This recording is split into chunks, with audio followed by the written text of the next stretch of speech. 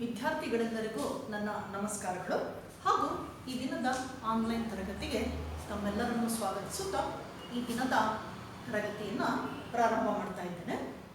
In last class we discussed about the respiratory balance sheet and ETS, electron transport system. In electron transport system, how electrons move from one carrier to another carrier, one system to another system to yield ATP molecules. Here in ETS, oxygen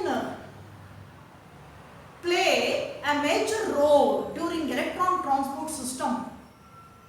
The oxidative phosphorylation, that is NADH, in electron transport system, oxygen removes hydrogen ions. The efficiency of oxygen that plays a major role in the aerobic respiration. Then the electron transport system, the movement of electrons from one transport system to another transport system. In ETS, net gain of ATP molecules, that is more net gain of ATP molecules are required. So in the pathway, that is anaerobic respiration, aerobic respiration and the electron transport system, all these pathways come one after one. That is, in respiration, in animal cell or in plant cell, the first type anaerobic respiration, where the partial oxidation of glucose release energy. The end product is pyruvic acid. Then after the completion of glycolysis, the next pathway begins, that is aerobic type of respiration, where complete oxidation of glucose takes place. Complete oxidation of glucose takes place and release more energy.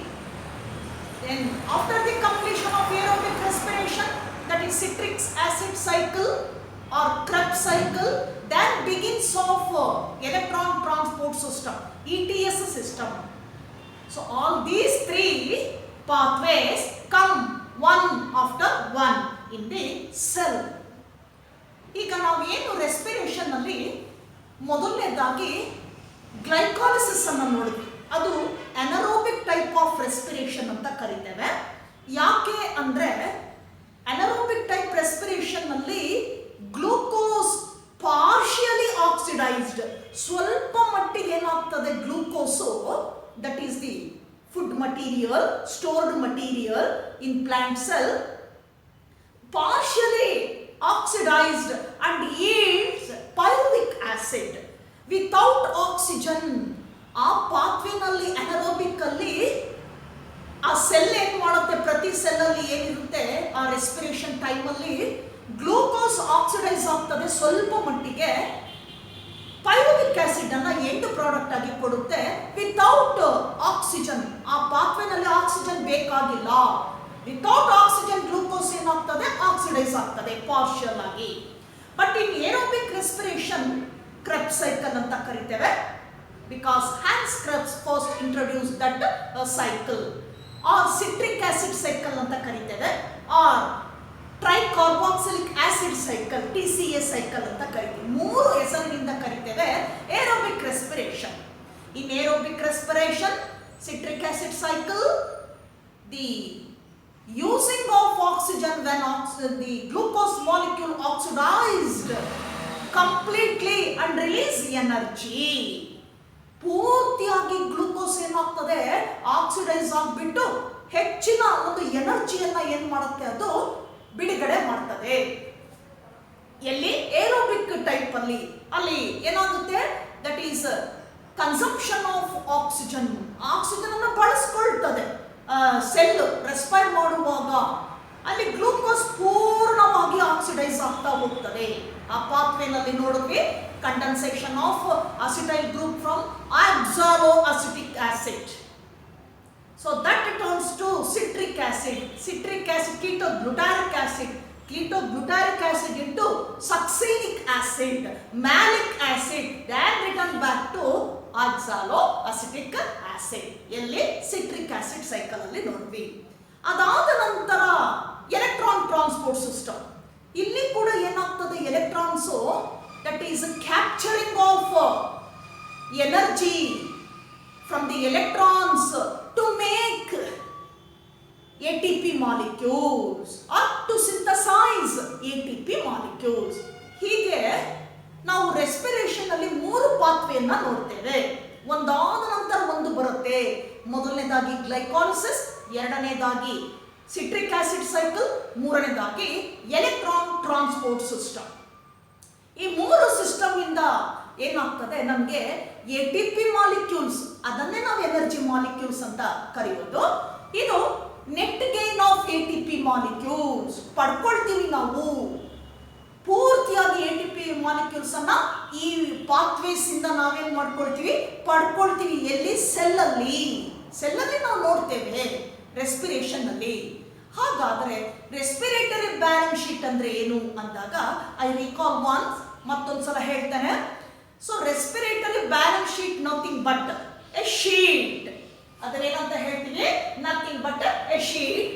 Net gain of ATP molecules, net gain of ATP molecules for oxidation of 1 glucose molecule.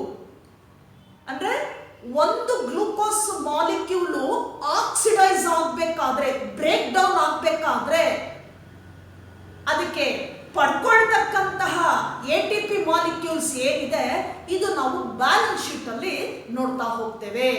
In the balance sheet total of ATP molecules R that is total net gain of ATP molecules are 36. 36 ಬಳಕೆ ಆಗ್ತದೆ, net gain ಆಗ್ತದೆ, ಪಡ್ಕೊಳ್ತದೆ. ಆ 36 ATP molecules ಒಂದು glucose molecule oxidation ಆಗ್ಲಿಕ್ಕೆ ಏನಾಗ್ತದೆ, ಅಲ್ಲಿ ಅಷ್ಟು ATP molecules ಏನಾಗುತ್ತೆ, ಅಲ್ಲಿ ಗೈನ್ ಆಗ್ತದೆ. ಗೈನ್ ಅಂದ್ರೆ ಪಡ್ಕೊಳ್ತದೆ. So total number of ATP molecules of 36, that is net gain of 36 ATP molecules for 1 molecule of glucose it oxidized. ಒಂದು ಗ್ಲೂಕೋಸ್ ಮಾಲಿಕ್ಯೂಲ್ ಆಕ್ಸಿಡೈಸ್ ಆಗಲಿಕ್ಕೆ 36 ATP ಗೈನ್ ಮಾಡ್ಕೊಳ್ತದೆ ಮಾಲಿಕ್ಯೂಲ್ಸ್ ಅನ್ನ. ಹೇಗೆ? How we calculate 36 ATP molecules during respiration? So we calculate 2 ATP from glycolysis and 2 ATP from Krebs cycle and 34 ATP from ETS electron transport system. ಅಲ್ಲಿಗೆ total ಎಷ್ಟಾಯ್ತು? 36 ಆಯ್ತು. 2 ATP molecule glycolysis ಅಲ್ಲಿ ಏನಾಗ್ತದೆ, ನಮಗೆ release ಆಗುವಂತದ್ದು. ಹಾಗೆ ಮತ್ತೆರಡು ಏನಾಗ್ತದೆ, ಕ್ರೆಬ್ಸ್ ಸೈಕಲ್ ಅಲ್ಲಿ. ಹಾಗೆ 34 ATP molecules electron transport system ಅಲ್ಲಿ ಏನಾಗ್ತದೆ, ಸಿಂಥಸಿಸ್ ಆಗುವಂತದ್ದು. ಅಲ್ಲಿಗೆ ಟೋಟಲ್ ಎಷ್ಟಾಯ್ತು, ನಮಗೆ ನೆಟ್ ಗೈನಿಂಗ್ ಎಷ್ಟಾಯ್ತು? 36 ATP ಮಾಲಿಕ್ಯೂಲ್ಸ್ ಆಗುತ್ತೆ. Net gain of 36 ATP molecules during respiration. ಈ 3 ಪಾತ್ವೆಯಿಂದ ಸೇರಿಸಿ, ಈ 3 ಪಾತ್ವೆ ರೆಸ್ಪಿರೇಷನ್ ಅಂತಾನೆ ಬರುವುದು.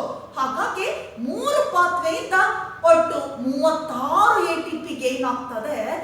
ಒಂದು ಗ್ಲೂಕೋಸ್ ಮಾಲಿಕ್ಯೂಲ್ ಆಕ್ಸಿಡೇಷನ್ ಆಗಬೇಕಾದ್ರೆ, ಅಂದ್ರೆ ಬ್ರೇಕ್ ಡೌನ್ ಆಗಬೇಕಾದರೆ. ಇದು ನಾವು ಹೇಳುವಂಥದ್ದು ಬ್ಯಾಲೆನ್ಸ್ ಶೀಟ್ ಅಲ್ಲಿ. ಇದನ್ನೇ ನಾವು ಎ ಟೈಪ್ ಆಫ್ ಶೀಟ್ ಅಂತ ಕರಿತೇವೆ. That is the net gain of ATP molecules for the 1 molecule of glucose where it oxidized. Then there are some assumptions, ಕೆಲವು ಕಾನ್ಸೆಪ್ಟ್ ಇದೆ. ಏನು ಈ ಏರೋಬಿಕ್ ರೆಸ್ಪಿರೇಷನ್ ಅಲ್ಲಿ ಕೆಲವು ಕಾನ್ಸೆಪ್ಟ್ ಇದೆ.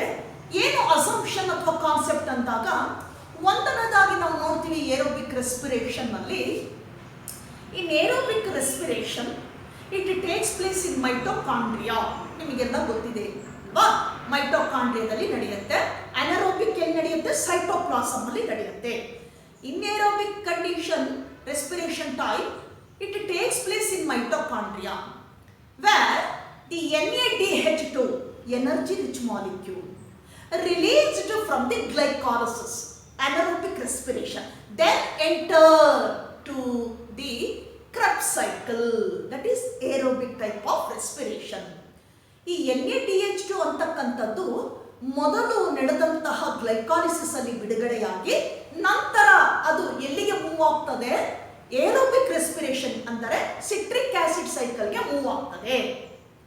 ಹಾಗೆ ಮತ್ತೊಂದು ಅಸಂಪ್ಷನ್ ಏನ್ ನೋಡಬಹುದು ನಾವು ಅಂದಾಗ, in the total respiratory pathway glucose is the only substrate can oxidised.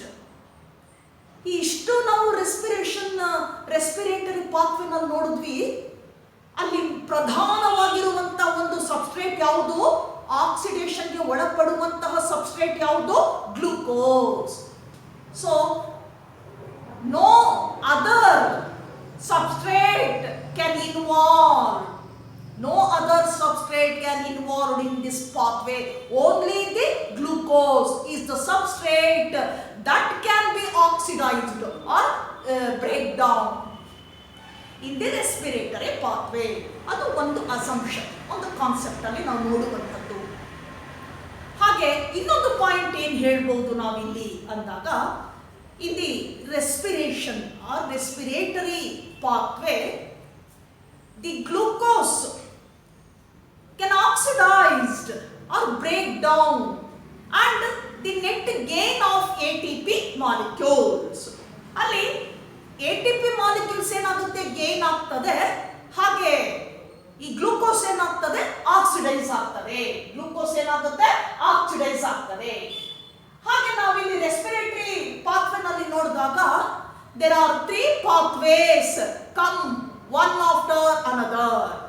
One is glycolysis that enters to that after the completion of glycolysis the next pathway begins, that is Krebs cycle. After the completion of Krebs cycle the next pathway begins, that is electron transport system. So these 3 pathway in the respiratory system or respiratory pathway in the cell.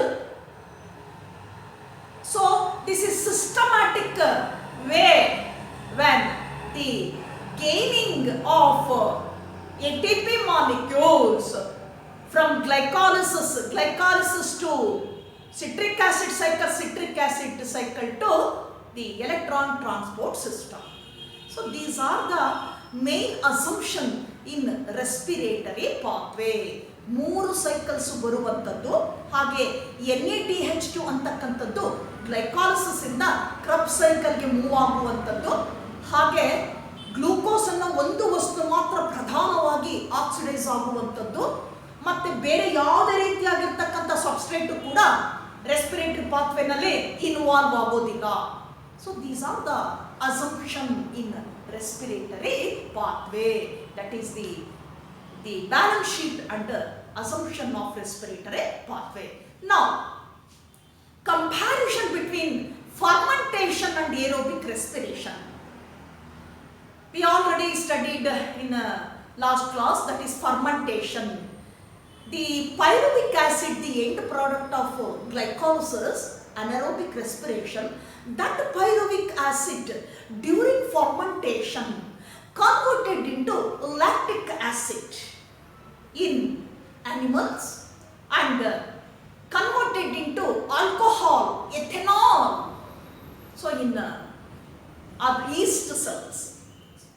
ಈಗ fermentation ಬಂದಾಗ ಏನು ಈ ಒಂದು ಪೈರುವಿಕ್ acid ಇದೆ, glycolysis ಇಂದ ಬಂದಂತಹ ಪೈರುವಿಕ್ acid ಬೇರೆ ಬೇರೆ ಒಂದು ಇದರಲ್ಲಿ ಪಾಥ್ವೇನಲ್ಲಿ ಏನಾಗ್ತದೆ, ಈ ಫರ್ಮೆಂಟೇಷನ್ ಅಲ್ಲಿ ಏನಾಗ್ತದೆ, ಇದೇ ಪೈರುವಿಕ್ ಆಸಿಡ್ ಈಸ್ಟ್ ಅಲ್ಲಿ ಏನಾಗ್ತದೆ, ಅದು ಎಥೆನಾಲ್ ಆಗಿ ಕನ್ವರ್ಟ್ ಆಗ್ತದೆ. ಎಥೆನಾಲ್ ಅಂಡ್ ಕಾರ್ಬನ್ ಡೈಆಕ್ಸೈಡ್ ಆಗುತ್ತೆ.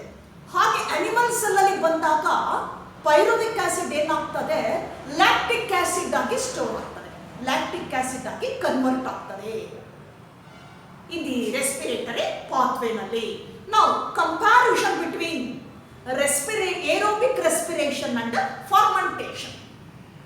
So in fermentation, the pyruvic acid converted into ethanol and carbon dioxide in yeast. Ethanol and carbon dioxide in yeast. In aerobic condition alli bandaga, that is the end product. Elli ನಾವು ಕ್ರಬ್ cycle ಅಲ್ಲಿ ನೋಡಿದಾಗ end product, that is oxaloacetic acid. Oxaloacetic acid. ಹಾಗೆ here in the fermentation the partial oxidation of glucose takes place, but in aerobic respiration complete oxidation of glucose takes place. ನಾವು ಎರಡಕ್ಕೂ ಹೋಲಿಕೆ ಮಾಡ್ತಾ ಇದ್ದೀವಿ. ಯಾವ್ಯಾವುದಕ್ಕೆ? ಫರ್ಮೆಂಟೇಷನ್ ಮತ್ತೆ ಏರೋಬಿಕ್ ರೆಸ್ಪಿರೇಷನ್ಗೆ. Fermentation ಅಲ್ಲಿ ಏನಾಗ್ತದೆ, pyruvic acid converted into lactic acid animal cell ಅಲ್ಲಿ. ಪ್ಲಾಂಟ್ ಸೆಲ್ ಅಲ್ಲಾದ್ರೆ, ಈಸ್ಟ್ ಅಲ್ಲಾದ್ರೆ pyruvic acid converted into ethanol. ನಾವು ಸ್ಟಡಿ ಮಾಡಿದ್ವಿ alcoholic fermentation, lactic acid fermentation, aerobic respiration, ಹೌದಲ್ವಾ? ಅದು ಲ್ಯಾಕ್ಟಿಕ್ ಆಸಿಡ್ ಇರ್ತಕ್ಕಂಥದ್ದು ಪೈರುವಿಕ್ ಆಸಿಡ್ ಇರ್ತಕ್ಕಂಥದ್ದು ಏನಾಗುತ್ತೆ, ಎಥೆನಾಲ್ ಮತ್ತೆ ಕಾರ್ಬನ್ ಡೈಆಕ್ಸೈಡ್ ಆಗ್ತದೆ. ಏರೋಬಿಕ್ ರೆಸ್ಪಿರೇಷನ್ ಅಲ್ಲಿ ಗ್ಲೂಕೋಸ್ ಕಂಪ್ಲೀಟ್ ಆಗಿ ಆಕ್ಸಿಡೈಸ್ ಆಗ್ತದೆ. ಹಾಗೆ ನಾವು ಫರ್ಮೆಂಟೇಷನ್ಗೆ ಬಂದಾಗ ದಟ್ ಈಸ್ ಓನ್ಲಿ ಇಲ್ಲೇನಾಗ್ತದೆ, 2 ATP ಮಾಲಿಕ್ಯೂಲ್ಸ್ ಆರ್ ಗೇನ್ಡ್. ಎಲ್ಲಿ? ಫರ್ಮೆಂಟೇಷನ್ ಅಲ್ಲಿ. Here more ATP molecules are gained in aerobic respiration. ಎಲ್ಲಿ ನೋಡ್ತೀವಿ ನಾವು ಅದನ್ನ? Aerobic respiration. 3 ಕಂಪ್ಯಾರಿಸನ್ ಕೊಡ್ಬೋದು. ಫರ್ಮೆಂಟೇಷನ್ ಅಲ್ಲಿ partial oxidation of glucose, aerobic respiration ಅಲ್ಲಿ ಕಂಪ್ಲೀಟ್ ಆಕ್ಸಿಡೇಷನ್ ಆಫ್ ಗ್ಲೂಕೋಸ್. ಹಾಗೆ ಫರ್ಮೆಂಟೇಷನ್ ಅಲ್ಲಿ ಪ್ಲಾಂಟ್ ಸೆಲ್ ಅಲ್ಲಾದ್ರೆ pyruvic acid converted into ethanol and carbon dioxide. In animal cell ಆದ್ರೆ pyruvic acid converted into lactic acid. ಈ ಕಡೆ aerobic respiration ಅಲ್ಲಿ ಬಂದಾಗ that is the end product is oxaloacetic acid. Then yield or gained more ATP molecules, but in fermentation only 2 ATP molecules are gained. So these are comparison between the aerobic respiration and the fermentation. Now we move on to the amphibolic pathway. Amphibolic pathway ಏನ್ ಹಾಗಂದ್ರೆ ನೋಡೋಣ. Amphibolic pathway, amphibolic pathway. Amphi means two or di. Amphi ಅಂದ್ರೆ ಏನ್ ಹೇಳಿ? ಎರಡು ಅಂತ ಕರಿತೇವೆ, ಅಂದ್ರೆ ಎರಡು ಡೈರೆಕ್ಷನ್ ಅಲ್ಲಿ. ಇಲ್ಲಿ ಆಂಫಿಬೋಲಿಕ್ ಪಾಥ್ವೇ, ಈ ಒಂದು ರೆಸ್ಪಿರೇಷನ್ ಅಂತಕ್ಕಂಥದ್ದನ್ನ ನಾವು ಆಂಫಿ ಅಂತ ಕರಿತೀವಿ. ವೈಟ್ ಡೈರೆಕ್ಷನ್ ಅಲ್ಲಿ ನೋಡ್ತೇವೆ, ಎರಡು ಡೈರೆಕ್ಷನ್ ಅಲ್ಲಿ ನೋಡ್ತೇವೆ ಈ ಪಾಥ್ವೇ. ಒಂದು ಕಡೆ ಬಿಗಿನ್ ಆಗಿದ್ದು ಇನ್ನೊಂದು ಕಡೆಗೆ ಏನಾಗ್ತದೆ, ಮತ್ತೆ ರಿಟರ್ನ್ ಬ್ಯಾಕ್ ಮತ್ತೆ ಬರ್ತದೆ. ಇದು ನಾವು ಆಂಫಿಬೋಲಿಕ್ ಅಂತ ಕರಿತೇವೆ, ಆಂಫಿಬೋಲಿಕ್ ಪಾಥ್ವೇ. ಹೇಗಿದು, ಯಾವ ರೀತಿಯಾಗಿ ಬಿಗಿನ್ ಆಗಿದ್ದು ಮತ್ತೆ ರಿಟರ್ನ್ ಬ್ಯಾಕ್ ಬರ್ತದೆ ನೋಡೋಣ. So in the respiration pathway it is called amphibolic pathway because in this pathway glucose, nothing but carbohydrate, oxidized and yield energy or release energy, breakdown of glucose and release of energy. So that energy utilized for the synthesis of same molecule, synthesis of glucose again in the cell in the next metabolism. So that is at one direction begins and another direction return back. ಯಾಕೆ ನಾವು ಆಂಫಿಬೋಲಿಕ್ ಅಂತ ಕರಿತೇವೆ ಅಂದಾಗ, ನಾವು respiration ಅಲ್ಲಿ glucose ಇದೆ main product, ಅದು ಹೌದಲ್ವಾ, ಸಬ್ಸ್ಟ್ರೇಟ್. ಅದು ಆಕ್ಸಿಡೈಸ್ ಆಗ್ಬಿಟ್ಟು ಎನರ್ಜಿಯನ್ನ ಕೊಡುತ್ತೆ, ಬ್ರೇಕ್ ಡೌನ್ ಆಗ್ಬಿಟ್ಟು ಎನರ್ಜಿ ಕೊಡ್ತದೆ. ಆ ಎನರ್ಜಿನೇ ATP ಮಾಲಿಕ್ಯೂಲೇ ಮತ್ತೆ ಸೆಲ್ ಬಳಸ್ಕೊಳ್ತದೆ. ಯಾಕೆ? ಸಿಂಥಸಿಸ್ ಆಫ್ ಗ್ಲೂಕೋಸ್, ಮತ್ತೆ ಗ್ಲೂಕೋಸ್ ಸಿಂಥಸಿಸ್ಗೆ ಅದೇ ಎನರ್ಜಿಯನ್ನ ಬಳಸ್ಕೊಳ್ತದೆ. ಒಂದು ಕಡೆ ರಿಲೀಸ್ ಆಗ್ತದೆ, ಇನ್ನೊಂದು ಕಡೆ ಏನಾಗ್ತದೆ, ಯುಟಿಲೈಸೇಷನ್ ಆಗ್ತದೆ. So same product can break down, release energy, same energy utilized for the synthesis of same product. ಇದನ್ನ ನಾವು ಈ ಕಂಡೀಷನ್ ಅನ್ನ ಆಂಫಿಬೋಲಿಕ್ ಅಂತ ಕರಿತೀವಿ. In term amphibolic pathway. So in the respiration, not only the glucose is the main substrate to oxidize or break down and release energy, but other substrates like fatty acids and proteins also oxidized or break down in the respiration.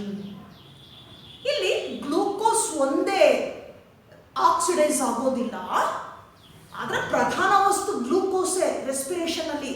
ಆದರೆ ತುಂಬಾ amount ಅಲ್ಲಿ ಏನಾಗುತ್ತೆ, glucose oxidise ಆಗ್ತದೆ. ಇದರ ಜೊತೆಗೆ ಮತ್ತೆ ಕೆಲವು ಸಬ್ಸ್ಟ್ರೇಟ್ಗಳು ಕೂಡ ಏನಾಗುತ್ತೆ, ಆ ಟೈಮಲ್ಲಿ ಬ್ರೇಕ್ ಡೌನ್ ಆಗ್ತದೆ, ಅಂದರೆ ಆಕ್ಸಿಡೈಸ್ ಆಗ್ತದೆ. For example, if fatty acids break down or oxidized and give rise glycerol, fat ಏನಾಗುತ್ತೆ, ಆಕ್ಸಿಡೈಸ್ ಆಗಿಬಿಟ್ಟು fat oxidised and give rise glycerol and fatty acids. ಈ ಎರಡರ ಕಾಂಬಿನೇಷನ್ ನಾವು ಫ್ಯಾಟ್ ಅಂತ ಕರಿತೀವಿ. ಲಿಪಿಡ್ ಹೇಳಿದ್ವಿ, composition of glycerol and fatty acids, triglycerides ಅಂತ ಕರಿತೇವೆ ನಾವು. So esters of fatty acids. ಈಗ ರೆಸ್ಪಿರೇಷನ್ ಅಲ್ಲಿ ಫ್ಯಾಟ್ ಕೂಡ ಏನಾಗುತ್ತೆ, ಲಿಪಿಡ್ ಕೂಡ ಏನಾಗ್ತದೆ, ಬ್ರೇಕ್ ಡೌನ್ ಆಗ್ತದೆ. ಬ್ರೇಕ್ ಡೌನ್ ಆಗಿ ಸಿಂಪಲ್ ಮಾಲಿಕ್ಯೂಲ್ಸ್ ಆಗ್ತದೆ. ಆ ಸಿಂಪಲ್ ಮಾಲಿಕ್ಯೂಲ್ಸ್ ಯಾವ್ಯಾವುದು, glycerol plus fatty acids, release energy. Again, that energy used for synthesis of fat again in the cell. ಮತ್ತೆ ಅದೇ ಸೆಲ್ ಅಲ್ಲಿ ಏನಾಗ್ತದೆ, ಒಂದು ಕಡೆ ಬ್ರೇಕ್ ಡೌನ್ ಆದಂತಹ ಫ್ಯಾಟು ಬಂದಂತಹ ಎನರ್ಜಿ ಏನಾಗ್ತದೆ, ಮತ್ತೆ ಅದೇ ಫ್ಯಾಟ್ ಮಾಲಿಕ್ಯೂಲ್ಸ್ ಅನ್ನ ಸಿಂಥಸಿಸ್ ಮಾಡ್ಲಿಕ್ಕೆ ಏನಾಗುತ್ತೆ, ಬಳಸ್ಕೊಳ್ಳುತ್ತೆ. So during the synthesis of fat again, that is the combining of glycerol and fatty acids, so that synthesized fat. ಹೀಗೇನಾಗ್ತದೆ, ಮತ್ತೆ ಅದೇ ಮಾಲಿಕ್ಯೂಲ್ ಅನ್ನ, ಅದೇ ಸಬ್ಸ್ಟ್ರೇಟ್ ಅನ್ನ ಸಿಂಥಸಿಸ್ ಮಾಡ್ಲಿಕ್ಕೆ ಏನಾಗುತ್ತೆ, ಮತ್ತೆ ಬಳಕೆ ಮಾಡ್ಕೊಳ್ತದೆ. In other example, that is proteins. Here proteins break down into amino acids. ಏನಾಗುತ್ತೆ, ಪ್ರೋಟೀನ್ ಬ್ರೇಕ್ ಡೌನ್ ಆಗಿ ಅಮೈನೋ ಆಸಿಡ್ ಆಗ್ತದೆ ಅದೇ ಸೆಲ್ ಅಲ್ಲೇ. ಯಾಕಂದ್ರೆ ಸೆಲ್ ಅಂದಾಗ ಎಲ್ಲ ತರ ಕಾಂಪ್ಲೆಕ್ಸ್ ಮಾಲಿಕ್ಯೂಲ್ಸ್ ಇರುತ್ತೆ ಒಂದು ಜೀವಕೋಶದಲ್ಲಿ. ಪ್ರೋಟೀನ್ಸ್ ಇರ್ಬೋದು, ಫ್ಯಾಟ್ ಇರ್ಬೋದು, ಕಾರ್ಬೋಹೈಡ್ರೇಟ್ಸ್ ಇರ್ಬೋದು. ನಾವು ರೆಸ್ಪಿರೇಷನ್ ಪಾಯಿಂಟ್ ಆಫ್ ವ್ಯೂ ಬಂದಾಗ ಮೇನ್ ಪ್ರಾಡಕ್ಟ್ ಯಾವುದು, ಗ್ಲೂಕೋಸ್. ಇದಲ್ಲದೇ ಪ್ರೋಟೀನು ಕೂಡ ಏನಾಗುತ್ತೆ, ಆ ಟೈಮಲ್ಲಿ ಬ್ರೇಕ್ ಡೌನ್ ಆಗ್ಬಿಟ್ಟು ಆಕ್ಸಿಡೈಸ್ ಆಗ್ಬಿಟ್ಟು ಎನರ್ಜಿ ರಿಲೀಸ್ ಮಾಡ್ತದೆ. ಅದೇ ಎನರ್ಜಿ ಏನಾಗ್ತದೆ, ಮತ್ತೆ ಸಿಂಥಸಿಸ್ ಆಫ್ ಪ್ರೋಟೀನ್ಗೆ ಸಹಾಯ ಆಗುತ್ತೆ.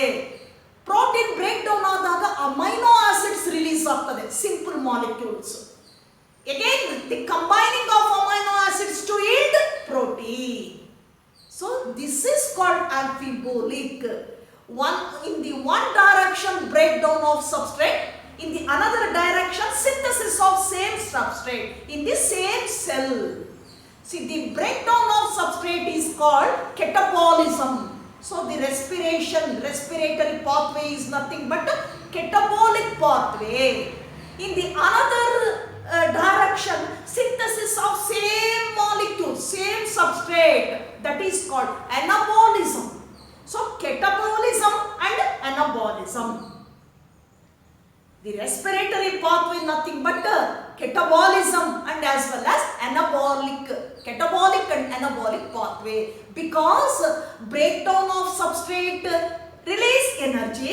That energy can be utilized for the synthesis of same products. That is anabolism process. So catabolism ಮತ್ತೆ ಅನಬಾಲಿಸಮ್ ಎರಡೂ ಕೂಡ ಸೆಲ್ಲಲ್ಲಿ ನಡೆಯುತ್ತೆ. ಹಾಗಾಗಿ ರೆಸ್ಪಿರೇಷನ್ ಅಂತಕ್ಕಂಥದ್ದು ಕೇವಲ ಕೆಟಬಾಲಿಸಮ್ ಅಲ್ಲ, ಅನಬಾಲಿಸಮ್ ಹೌದು. ಕೆಟಬಾಲಿಸಮ್ ಅಂದ್ರೆ ಏನು? In common, in general, that is break down of complex molecules and release energy. The process is called catabolism. What is meant by anabolism? That is synthesis of molecules utilized energy is called anabolism. So ಈ respiratory ಅನ್ನೋ pathway ಅನ್ನೋದು ಒಂದು ಕಡೆ catabolism ಹೌದು, ಮತ್ತೊಂದು ಕಡೆ anabolism ಹೌದು. Catabolism ಪಾತ್ವೆನಲ್ಲಿ ಏನಾಗ್ತದೆ, ಆ ಮಾಲಿಕ್ಯೂಲ್ಸ್ ಏನಿದೆ ಕಾಂಪ್ಲೆಕ್ಸ್ ಮಾಲಿಕ್ಯೂಲ್ಸು, ಕಾರ್ಬೋಹೈಡ್ರೇಟ್ಸ್ ಆಗಿರ್ಬೋದು, ಫ್ಯಾಟ್ ಆಗಿರ್ಬೋದು, ಅಥವಾ ಪ್ರೋಟೀನ್ ಆಗಿರ್ಬೋದು, ಲಿಪಿಡ್ ಬ್ರೇಕ್ ಡೌನ್ ಆಗುತ್ತೆ ಕೆಟಬಾಲಿಕ್ ಪಾತ್ವೆ. ಅದೇ ಬ್ರೇಕ್ ಡೌನ್ ಆದ ಮಾಲಿಕ್ಯೂಲ್ಸ್ ಮತ್ತೆ ಸೇರ್ಕೊಂಡು ಏನಾಗುತ್ತೆ, ಸಿಂಥಸಿಸ್ ಆಗುತ್ತೆ, ಫ್ಯಾಟ್ ಆಗಿ, ಕಾರ್ಬೋಹೈಡ್ರೇಟ್ ಆಗಿ, ಪ್ರೋಟೀನ್ ಆಗಿ. That is anabolism.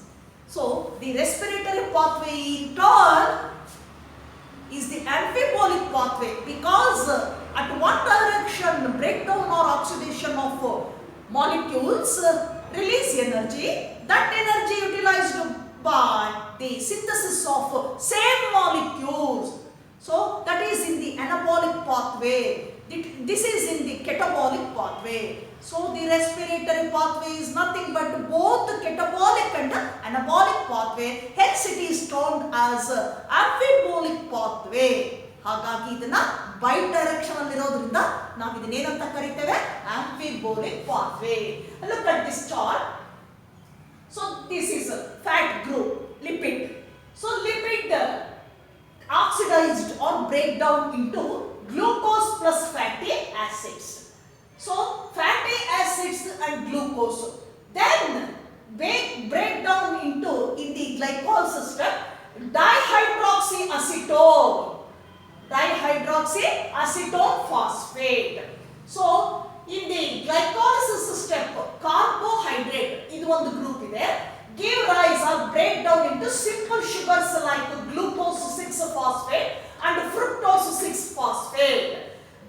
Fructose 6 phosphate again give rise into glyceraldehyde and dihydroxyacetone phosphate. Glyceraldehyde next converted into pyruvic acid. Pyruvic acid converted into that is the next enters, that is the end product. So release the carbon dioxide and O2. Pyruvic acid glycolysis ಅಲ್ಲಿ ಕೊನೆಗೆ ಏನಾಗುತ್ತೆ, end product, ಅದರ ಜೊತೆಗೆ ನೀರು ಮತ್ತೆ carbon dioxide ಏನಾಗುತ್ತೆ, release ಆಗ್ತದೆ. ನೋಡಿ ಒಂದಕ್ಕೊಂದು ಹೇಗಿದೆ ಕನ್ವರ್ಷನ್. ಇಲ್ಲಿ ಒಂದ್ ಕಡೆ ಫ್ಯಾಟ್ ಗ್ರೂಪ್ ಡಿವೈಡ್ ಆಗ್ಬಿಟ್ಟು ಏನಾಗ್ತದೆ, ಆಕ್ಸಿಡೈಸ್ ಆಗಿ ಗ್ಲಿಸರಾಲ್ ಫ್ಯಾಟಿ ಆಸಿಡ್ಸ್ ಕೊಡುತ್ತೆ. ಕಾರ್ಬೋಹೈಡ್ರೇಟ್ಸ್ ಸಿಂಪಲ್ ಶುಗರ್ ಕೊಡುತ್ತೆ, ಗ್ಲೂಕೋಸ್ ಮತ್ತೆ ಫ್ರುಕ್ಟೋಸ್. ಈ ಫ್ರುಕ್ಟೋಸ್ ಮತ್ತೆ ಕೊಡುತ್ತೆ, ಗ್ಲಿಸರಾಲ್ಡಿಹೈಡ್ ಕೊಡುತ್ತೆ, ಡೈಹೈಡ್ರಾಕ್ಸಿಅಸಿಟೋನ್ ಫಾಸ್ಫೇಟ್ ಆಗುತ್ತೆ. ಗ್ಲಿಸರಾಲ್ಡಿಹೈಡ್ ಇರ್ತಕ್ಕಂಥದ್ದು ಗ್ಲಿಸರಿಕ್ ಆಸಿಡ್ ಆಗಿ, ಗ್ಲಿಸರಿಕ್ ಆಸಿಡ್ ಇಂದ ಪೈರುವಿಕ್ ಆಸಿಡ್ ಆಗ್ತದೆ. ಹಾಗೆ ಇನ್ನೊಂದು ಕಡೆ ಪ್ರೋಟೀನ್ ಇರ್ತಕ್ಕಂಥದ್ದು ಏನಾಗುತ್ತೆ, ಅಮೈನೋ ಆಸಿಡ್ಸ್ ಆಗುತ್ತೆ. ಇದು ಎಲ್ಲಿಂದ, ಪೈರುವೇಟ್ ಇಂದ ಏನಾಗುತ್ತೆ, ರಿಲೀಸ್ ಆಗ್ತಕ್ಕಂಥದ್ದು. ಒಂದಕ್ಕೆ ಒಂದು ಲಿಂಕ್ ಅನ್ನ ನೋಡಿ. Fats, carbohydrates, proteins, simple sugars, glycerol and fatty acids, protein ಅಲ್ಲಿ ಅಮೈನೋ ಆಸಿಡ್ಸ್. ಎಲ್ಲಿಂದ ಬಂತು, ಪೈರುವೇಟ್ ಇಂದ ಬಂತು. ಪೈರುವೇಟ್ ಎಲ್ಲಿಂದ ಬಂತು, ನಮಗೆ ಗ್ಲೈಕಾಲಿಸಿಸ್ ಇಂದ. So this is the chart to show the amphibolic pathway in the respiratory pathway. Next, last one, that is respiratory quotient. Respiratory quotient. So it is represented by RQ. Next one is respiratory quotient. It is represented by RQ. ಇದನ್ನ ನಾವು RQ ಅಂತ ಹೇಳಿಬಿಟ್ಟು represent ಮಾಡ್ತೇವೆ. What is the definition for respiratory quotient. Respiratory quotient is in the respiration the total amount of oxygen is consumed and the total amount of carbon dioxide is evolved is the same or within the same proportion. That is called respiratory quotient. So, respiratory quotient represented by RQ. Respiratory quotient is the total amount of, in the respiration, the total amount of carbon dioxide is evolved, that is equal to total amount of oxygen is consumed. This is called respiratory quotient. ಹೀಗಂದ್ರೆ ಏನು ಅಂದ್ರೆ ಇದನ್ನ R Q ಅಂತ represent ಮಾಡ್ತೇವೆ, capital R capital Q. Respiration ನಲ್ಲಿ total amount ಏನಿದೆ, ಒಟ್ಟು ಪ್ರಮಾಣ, ಆಕ್ಸಿಜನ್ ಅನ್ನು ಬಳಸಿಕೊಳ್ಳುವಂತಹ ಒಟ್ಟು ಪ್ರಮಾಣ, ಹಾಗೆ ಬಿಡುಗಡೆ ಆಗುವಂತಹ ಕಾರ್ಬನ್ ಡೈಆಕ್ಸೈಡ್ ನ ಒಟ್ಟು ಪ್ರಮಾಣ ಒಂದೇ ಆಗಿರ್ತದೆ, ಈಕ್ವಲ್ ಆಗಿರ್ತದೆ. ಆಕ್ಸಿಜನ್ ಅನ್ನು ಬಳಸಿಕೊಳ್ತಕ್ಕಂಥ ಪ್ರಮಾಣ ರೆಸ್ಪಿರೇಷನ್ ಅಲ್ಲಿ, ಹಾಗೆ ಕಾರ್ಬನ್ ಡೈಆಕ್ಸೈಡ್ ಅನ್ನ ಹೊರಗೆ ಕಳಿಸುವಂತ ಪ್ರಮಾಣ ಏನಾಗಿರ್ತದೆ, ಒಂದೇ ಆಗಿರ್ತದೆ ರೆಸ್ಪಿರೇಷನ್ ನಲ್ಲಿ. ಇದನ್ನ ನಾವೇನಂತ ಕರಿತೇವೆ, ರೆಸ್ಪಿರೇಟರಿ ಕೋಟಿಯಂಟ್ ಅಂತ ಕರಿತೇವೆ. It is represented by R Q. ಇದನ್ನ ಆರ್ ಕ್ಯೂ ಅಂತ ಹೇಳ್ಬಿಟ್ಟು ನಾವು ರೆಪ್ರೆಸೆಂಟ್ ಮಾಡ್ತೇವೆ. ಈಗ ನೋಡೋಣ. So for example, the amount of oxygen is consumed and release of carbon dioxide is in respiration. ಏನಾಗಿರ್ತದೆ, ಇದು ಎರಡು ಕೂಡ ಸೇಮ್ ಆಗಿರ್ತದೆ. So R Q is equal to volume of carbon dioxide is evolved divided by volume of O2 is consumed. O2 is consumed. So RQ value nothing but volume of carbon dioxide is evolved divided by volume of oxygen is consumed. That is RQ value. ಇದನ್ನ ನಾವೇನಂತ ಹೇಳ್ತೀವಿ, RQ value. For example, ಅವರು ನಿಮಗೆ ಕೊಟ್ಬಿಟ್ಟಿದ್ದಾರೆ ಎಷ್ಟೆಷ್ಟು ಅಂತ ಹೇಳಿ ಅಂತ. That is in case of glucose. Glucose ಅಲ್ಲಿ ಎಷ್ಟು ಅಂತ ಕೊಟ್ಬಿಟ್ಟಿದ್ದಾರೆ, C6H12O6 C6H12O6 plus C6O2 CO2 plus H2O plus energy. ನೋಡಿ, ಇದೇ ಗ್ಲೂಕೋಸ್ ಏನಾಗ್ತದೆ, ಈಗ ಬ್ರೇಕ್ ಡೌನ್ ಆಗುತ್ತೆ. ಬ್ರೇಕ್ ಡೌನ್ ಆದಾಗ ಕಾರ್ಬನ್ ಡೈಆಕ್ಸೈಡ್ ಅನ್ನು ಬಳಸಿಕೊಳ್ಳುತ್ತಾರೆ. ಇಲ್ಲಿ ಏನಾಗುತ್ತೆ, ಒಂದು CO2 ಆಕ್ಸಿಜನ್ ಕನ್ಸ್ಯೂಮ್ ಮಾಡಿಕೊಂಡು ಏನನ್ನ ಬಿಡುಗಡೆ ಮಾಡ್ತದೆ, carbon dioxide, water and energy. ಈ ಏನು ಗ್ಲೂಕೋಸ್ ಇದೆ C6H12O6 ಏನ್ ಕನ್ಸ್ಯೂಮ್ ಮಾಡ್ಕೊಳ್ತದೆ, ಆಕ್ಸಿಜನ್ ಅನ್ನ ಕನ್ಸ್ಯೂಮ್ ಮಾಡ್ಕೊಳ್ತದೆ. ಎಷ್ಟನ್ನ ಬಳಸ್ಕೊಳುತ್ತೋ ಅಷ್ಟೇ ಪ್ರಮಾಣದಲ್ಲಿ ಕಾರ್ಬನ್ ಡೈಆಕ್ಸೈಡ್ ಅನ್ನ ರಿಲೀಸ್ ಮಾಡ್ತದೆ.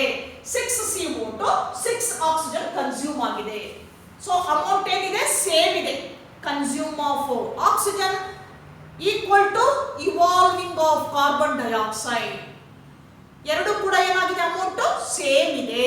So R Q is equal to, in case of carbohydrate, that is breakdown of glucose breakdown when consuming 6O2 and release 6 CO2 or carbon dioxide ಅನ್ನ ಬಿಡುಗಡೆ ಮಾಡ್ತದೆ. So the R Q value is ಏನಾಗುತ್ತೆ ಇಲ್ಲಿ 1.0. ಎಷ್ಟಾಗುತ್ತೆ, 1 ಆಗುತ್ತೆ. R Q value is 1. ಹಾಗೆ ಇನ್ನೊಂದು example ಅನ್ನ ಕೊಟ್ಟಿದ್ದಾರೆ. ಎರಡನೇದಾಗಿ ನೋಡೋಣ ಯಾವ್ದಾದ್ರು ಅಂತ ಹೇಳಿ ಅಂತ. ಫ್ಯಾಟ್ ಗೆ ಕೊಟ್ಟಿದ್ದಾರೆ. So fat C51 H98 O6 ಇದು ಟ್ರೈಪಾಮಿಕ್ ಆಸಿಡ್.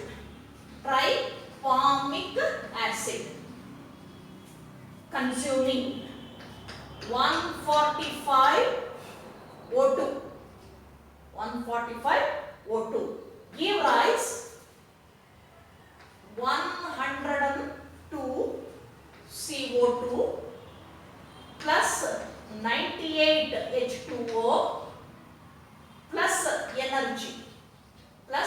energy ಈಗ ಇದ್ರದ್ದು RQ ವ್ಯಾಲ್ಯೂ ಎಷ್ಟಾಗ್ತದೆ ಅಂದಾಗ ಟ್ರೈಫಾರ್ಮಿಕ್ ಆಸಿಡ್ ಸೊ ಇಲ್ಲಿ 145 ಇದೆ ಏನು ಆಕ್ಸಿಜನ್ ಬಳಕೆ ಮಾಡ್ಕೊಂಡಿರ್ತಕ್ಕಂಥದ್ದು ಇಲ್ಲಿ ಕಾರ್ಬನ್ ಡೈಆಕ್ಸೈಡ್ ಏನಾಗಿದೆ ಇಲ್ಲಿ 102 ಇದೆ ಎಷ್ಟಿದೆ ಇಲ್ಲಿ 102 ಇದೆ ಸೊ ಇಲ್ಲಿ 145 ಕನ್ಸ್ಯೂಮ್ ಮಾಡ್ಕೊಂಡಿರ್ತಕ್ಕಂಥದ್ದು ಏನಾಗ್ತದೆ ಕಾರ್ಬನ್ ಡೈಆಕ್ಸೈಡ್ ಅನ್ನ ರಿಲೀಸ್ ಮಾಡಿದಾಗ ಫಾರ್ಮಿಕ್ ಆಸಿಡ್ ಅಲ್ಲಿ ಅಂದ್ರೆ ಬ್ರೇಕ್ ಡೌನ್ ಆಫ್ ಫ್ಯಾಟ್ ಅಲ್ಲಿ RQ ಏನಾಗ್ತದೆ ಗ್ಲೂಕೋಸ್ ಅನ್ನೋದ್ರೆ ಈಕ್ವಲ್ ಅಮೌಂಟ್ ಇರ್ತದೆ ಎಷ್ಟು ತಗೊಳುತ್ತೋ ಅಷ್ಟು ಕಾರ್ಬನ್ ಡೈಆಕ್ಸೈಡ್ ಅನ್ನು ರಿಲೀಸ್ ಮಾಡ್ತದೆ ಈ ಫ್ಯಾಟ್ ಅಲ್ಲಿ ಏನಾಗ್ತದೆ ಸ್ವಲ್ಪ ಮಟ್ಟಿಗೆ ಏನಾಗುತ್ತಲ್ಲಿ ರಿಲೀಸ್ ಆಗುವಂತದ್ದು ಸೊ ಇಲ್ಲಿ RQ ವ್ಯಾಲ್ಯೂ ಅವರೇ ಕೊಟ್ಬಿಟ್ಟಿದ್ದಾರೆ ಎಷ್ಟು ಬರ್ತದೆ ಇಲ್ಲಿ RQ ವ್ಯಾಲ್ಯೂ ಅಂದಾಗ ತೋರಿಸಿದ್ದಾರೆ so 102 CO2 then divided by 145 O2 the RQ value is equal to 0.7 ಅವರೇ ಕೊಟ್ಬಿಟ್ಟಿದ್ದಾರೆ ಇಲ್ಲಿ ನೋಡಿ 102 ಕಾರ್ಬನ್ ಡೈಆಕ್ಸೈಡ್ ಇವಾಲ್ವ್ ಆಗಿದೆ 145 ಆಕ್ಸಿಜನ್ ಕನ್ಸ್ಯೂಮ್ ಆಗಿದೆ ಹಾಗಾದ್ರೆ RQ ವ್ಯಾಲ್ಯೂ ಎಷ್ಟಾಯ್ತು 0.7 ಹಾಗೆ ಮತ್ತೊಂದು ಎಕ್ಸಾಂಪಲ್ ಅನ್ನ ಕೊಟ್ಟಿದ್ದಾರೆ ಪ್ರೋಟೀನ್ ಅಲ್ಲಿ ಕ್ಯಾಲ್ಕುಲೇಟ್ ಮಾಡಿ ಇಟ್ಬಿಟ್ಟಿದ್ದಾರೆ ಅಲ್ಲಿ ಕೊಟ್ಟಿದ್ದಾರೆ ನಿಮ್ಮ ಟೆಕ್ಸ್ಟ್ ಬುಕ್ ಅಲ್ಲಿ that is RQ value is equal to 0.9 RQ value is equal to 0.9 ಇದು ಎಕ್ಸಾಂಪಲ್ಸ್ ನಿಮಗೆ ಏನಾದರೂ ಎಕ್ಸಾಮಿನೇಷನ್ ಅಲ್ಲಿ ಆನ್ಯುವಲ್ ಎಕ್ಸಾಮಿನೇಷನ್ ಅಲ್ಲಿ ಕೇಳಿದಾಗ ಜಸ್ಟ್ ನಿಮಗೆ ವ್ಯಾಲ್ಯೂ ಕೇಳಬಹುದು ಗ್ಲೂಕೋಸ್ ಎಷ್ಟಿದೆ ವ್ಯಾಲ್ಯೂ RQ ವ್ಯಾಲ್ಯೂ 1 ಯಾಕೆಂದ್ರೆ ಎಷ್ಟು ಪ್ರಮಾಣದಲ್ಲಿ ಆಕ್ಸಿಜನ್ ಅನ್ನು ಬಳಸಿಕೊಳ್ಳುತ್ತೋ ರೆಸ್ಪಿರೇಷನ್ ಅಲ್ಲಿ ಅಷ್ಟೇ ಪ್ರಮಾಣದಲ್ಲಿ ಕಾರ್ಬನ್ ಡೈಆಕ್ಸೈಡ್ ಅನ್ನು ಬಿಡುಗಡೆ ಮಾಡುತ್ತದೆ ಹಾಗಾಗಿ ಈಕ್ವಲ್ ಇದೆ ಬಟ್ ಇನ್ ಫ್ಯಾಟ್ ಅಲ್ಲಿ ಏನಾಗ್ತದೆ ಅವರು ಕೊಟ್ಟಾಗ ಟ್ರೈಫಾರ್ಮಿಕ್ ಆಸಿಡ್ ಕೊಟ್ಟಿದ್ದಾರೆ RQ value is equal to 102 CO2 divided by 145 O2 that is 0.7 proteins ಅಲ್ಲಿ ಎಷ್ಟಿದೆ 0.9 ಇದೆ this is a summary about RQ that is respiratory quotient ಅಂತ ಕರೀತೇವೆ represented by RQ ಇಂದ ನಾವು ಅದನ್ನ represent ಮಾಡ್ತೇವೆ so this is that completes the respiratory system respiration in plants that completes respiration in plants then I will take up the next chapter that is next new chapter human physiology starts with breathing that is respiratory system in humans because the first system digestive system is deleted for this year due to corona. So the next chapter that is retained chapter that is breathing or respiration in humans. So this is enough for today's class. Then I completed the respiration in plants. That ends the chapter. The new chapter begins in next class. Till then, goodbye.